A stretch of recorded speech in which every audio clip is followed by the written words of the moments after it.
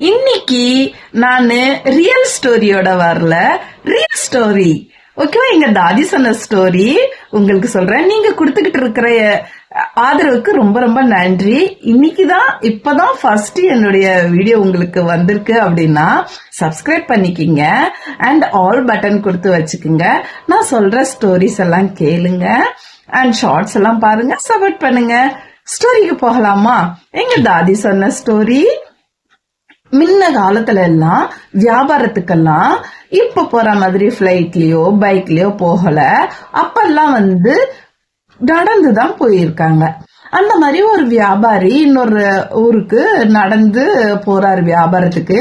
அப்ப காட்டு வழியில போற மாதிரி ஆகுது. அப்ப அவர் அல்லா மேல ரொம்ப நம்பிக்கையானவங்க. அவர் ஜிக்கிர் பண்ணிக்கிட்டே போறாரு. அப்ப நினைக்கிறாரு, இந்த வயிற்றுக்காக தானே நம்ம இவ்வளவு கஷ்டப்படுறோம் அப்படின்னு நினைச்சுக்கிட்டே போறாரு. அவர் டயர்டா இருக்கறனால ஒரு மரத்தடியில உட்கார்ந்துறாரு. அங்க அவர் என்ன பாக்குறாருன்னா, ஒரு நரி 2 காலம் அதனால நடக்க முடியாது உட்கார்ந்துருக்கு.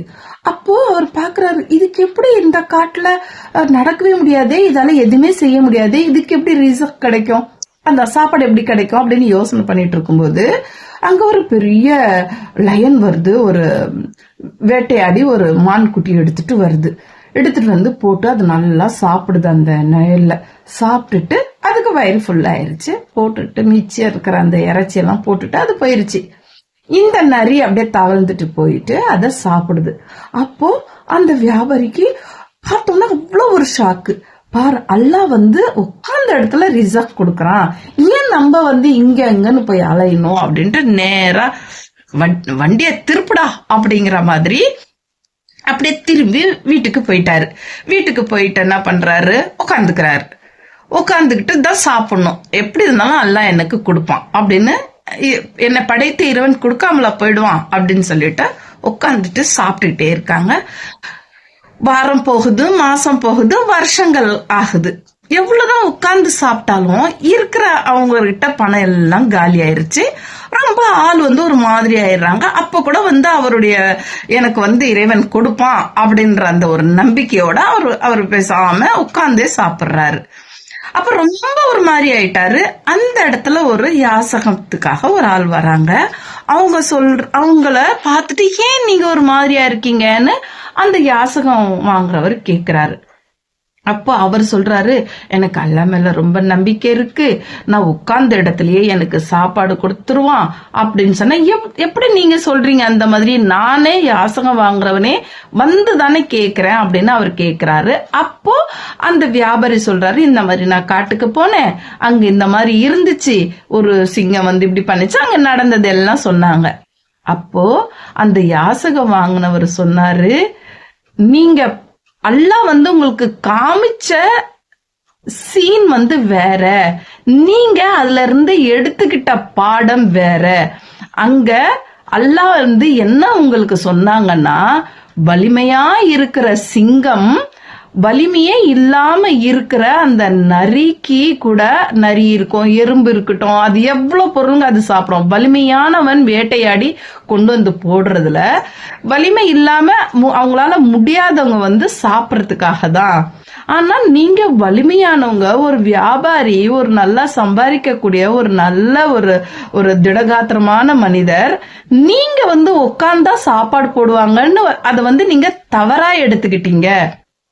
உங்களுடைய உழைப்பு, நீங்க உழைச்சி எங்களை மாதிரி முடியாதவங்க அந்த மாதிரி இருக்கிறவங்களுக்கெல்லாம் நீங்க கொடுக்கணும் அப்படிங்கறத அல்லாஹ் உங்களுக்கு அங்க காமிச்சான், நீங்க தான் தப்பா எடுத்துக்கிட்டீங்க அப்படின்னு சொன்னோம்னா அப்பதான் இந்த வியாபாரிக்கு ஃபீல் ஆகுது.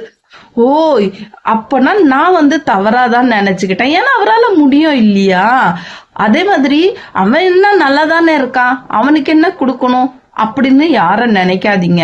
அவன் மட்டும் பணக்காரனா இருக்கான், அவனுக்கு மட்டும் பணம் மேல பணம் சேருது, அந்த மாதிரி யார் மேலயும் பொறாமப்படாதீங்க. அவங்க உழைப்பு, அவங்க உழைப்புக்கு அவங்களுக்கு கூலி கிடைக்கும். அதே மாதிரி நிறைய ஒரு ஆயிரக்கணக்கா சம்பாதிக்கிறவங்க, அதுல ஒரு பங்கு 100க்கு 1 ரூபாய் 10 ரூபாய் உங்களால கொடுக்க முடியலனாலும் 100க்கு 1 ரூபாவது இல்லாதவங்களுக்கு கொடுங்க. எங்க தாதி என்ன சொல்லுவாங்கன்னா, எங்க டாடி எதுவுமே கொண்டு வருவாங்க, அப்ப எல்லாருக்கும் கொடுப்பாங்க. எங்க மம்மி ஒரு இளநீர் இருக்கட்டும், ஒரு ஸ்வீட் இருக்கட்டும், ஒரு மிச்சர் இருக்கட்டும், எல்லாமே கொடுப்பாங்க.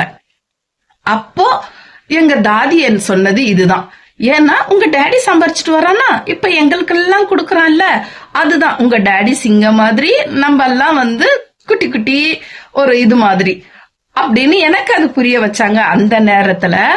அதே மாதிரி நீங்களும் எல்லாரும் புரிஞ்சுக்க வேண்டியது என்னன்னா, உங்களுக்கு எவ்வளவுதான் வந்தாலும் இல்லாதவங்களுக்கு கொஞ்சம் கொடுக்க பழகிக்கிங்க, சரிங்களா? இதுல நான் சொன்னது உங்களுக்கு பிடிச்சிருந்துச்சுன்னா கமெண்ட் பண்ணுங்க. இன்னும் உங்களுக்கும் ஏதாவது தெரிஞ்ச மாதிரி இருந்துச்சுன்னா சொல்லுங்க. நீங்க என்ன மாதிரி இதை எடுத்துக்கிட்டீங்க அப்படிங்கறதையும் சொல்லுங்க.